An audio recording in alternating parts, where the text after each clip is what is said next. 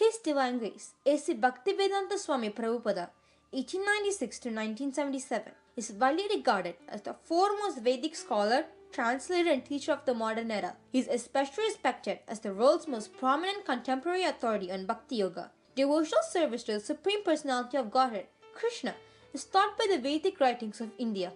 He is also the founder Acharya of the International Society for Krishna Consciousness, popularly known as the Hare Krishna movement, which has millions of followers across the globe practicing Bhakti Yoga. He has opened 108 temples during his lifetime, which has grown to 550 temples in 87 countries and still growing. He is also credited for introducing a God-conscious culture in the Western Hemisphere. He spread the Vedic knowledge through his writings, which were published in his own printing house, Bhaktivedanta Book Trust. BBT today is the world's largest publisher of materials concerning Krishna and philosophy in 57 languages. His other contributions include establishing numerous Gurukula schools, guest houses, and hospitals for devotees. Today, he is considered as a legend and spiritual master for countless devotees. This documentary attempts to explore an overview on Srila Prabhupada's leadership and legacies. Kolkata, 1896, the capital of India, the crown jewel of the British Empire, an elegant city of wide avenues and spacious parks. It is here that the boy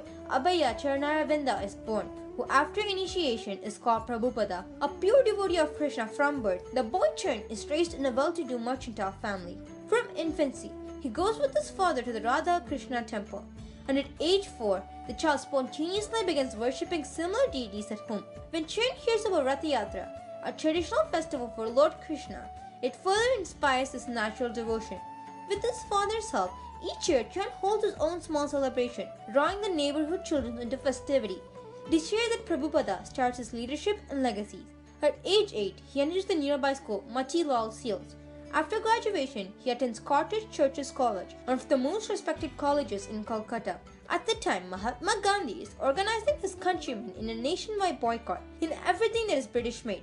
Gandhism is surging through India, uniting her in a massive non-cooperation movement. Sensitive to British subjugation of India's culture and people, Charn becomes an early supporter of the movement.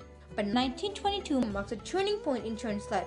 He meets Srila Bhaktisiddhanta Saraswati, one of the most renowned devotees at his time, who belongs to the Brahma Madhava Gaudiya Sampradaya, a chain of disciplic succession extending back to Krishna himself.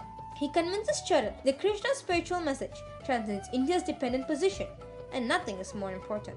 He requests the boy Charan to spread Krishna consciousness in the Western world. Charan is deeply impressed with the conversation. By this time, Charan has a growing family and moves to Allahabad and starts a successful pharmacy. All the while, his spiritual master's words were implanted in his heart. In 1933, he becomes a disciple of Srila Bhaktisiddhanta Saraswati. 3 years later, Srila Bhaktisiddhanta Saraswati leaves his body after requesting Charan to preach in English.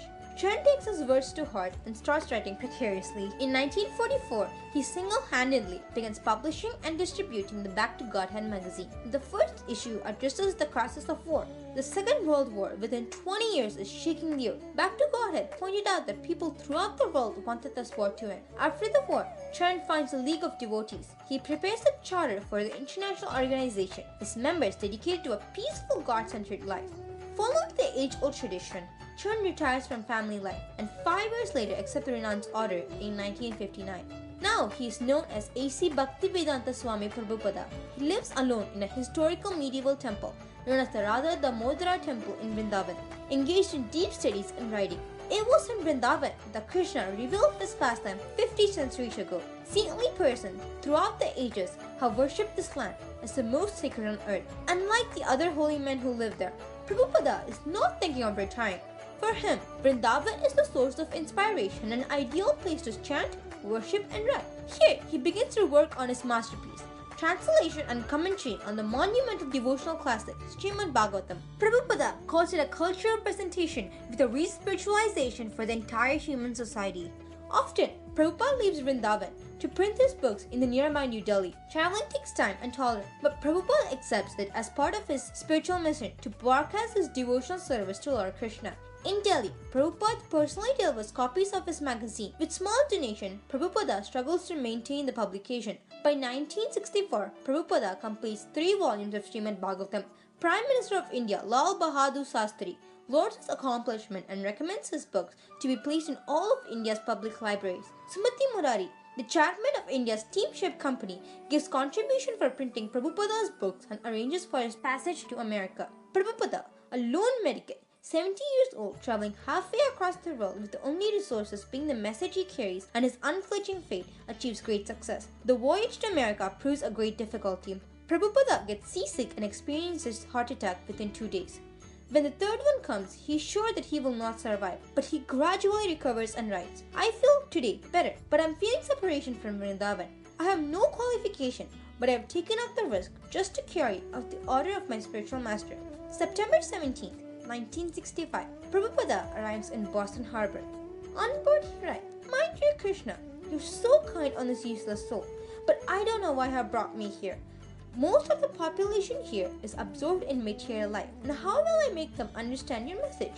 I can only repeat your saying, and if you favor, you can make my power of speaking suitable for their understanding." Signed, the most unfortunate and significant beggar, A.C. Bhaktivedanta Swami.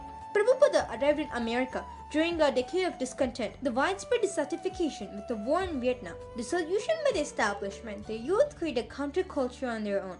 Around the time Prabhupada came, waves of Americans were breaking away from their normal routine, searching for an alternative. Krishna was all around preparing something, Prabhupada later wrote, and he brought one by one sincere boys and girls to him to be trained in Krishna consciousness. Now, Prabhupada can see the miracle of how one old man with only few books and barely getting any food be the spiritual master of so many devotees. What to speak of introducing a God-conscious movement in the materialistic society? For Prabhupada, these are happy days. Singing and speaking like a young man, he brings the Hare Krishna movement in the public eyes. By chanting in the parks, distributing Back to Godhead magazines, and holding Sunday feasts, he hopes for the future to expand without limit. The Hare Krishna movement, or ISKCON, has taken root. In 1968, Srila Prabhupada created New Vrindavan, an experimental Vedic community in the hills of West Virginia. Inspired by the success of New Vrindavan, a thriving farm community of more than 100 acres, his students founded several similar communities in the United States and abroad. In 1972, His Divine Grace introduced the Vedic system of primary and secondary education in the West by founding the Gurukula School in Dallas, Texas.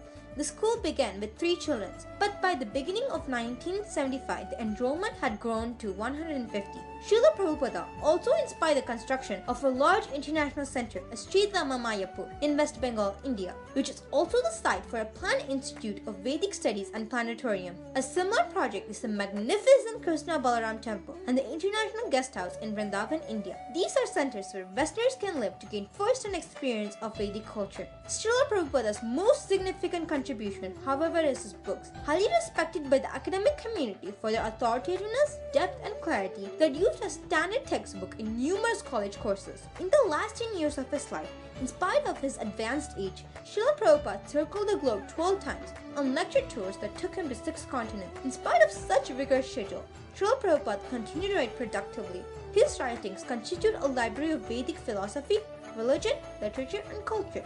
Prabhupada left his body in November 14, 1977 in Vrindavan, India. There are many shrines dedicated to him throughout the world. He fulfilled the mission of Lord Chaitanya to spread the love for Krishna to every town and village of the world. CNN, in its article on famous folks' large careers after 50, has awarded 7th place to Srila Prabhupada for his exceptional leadership and legacies.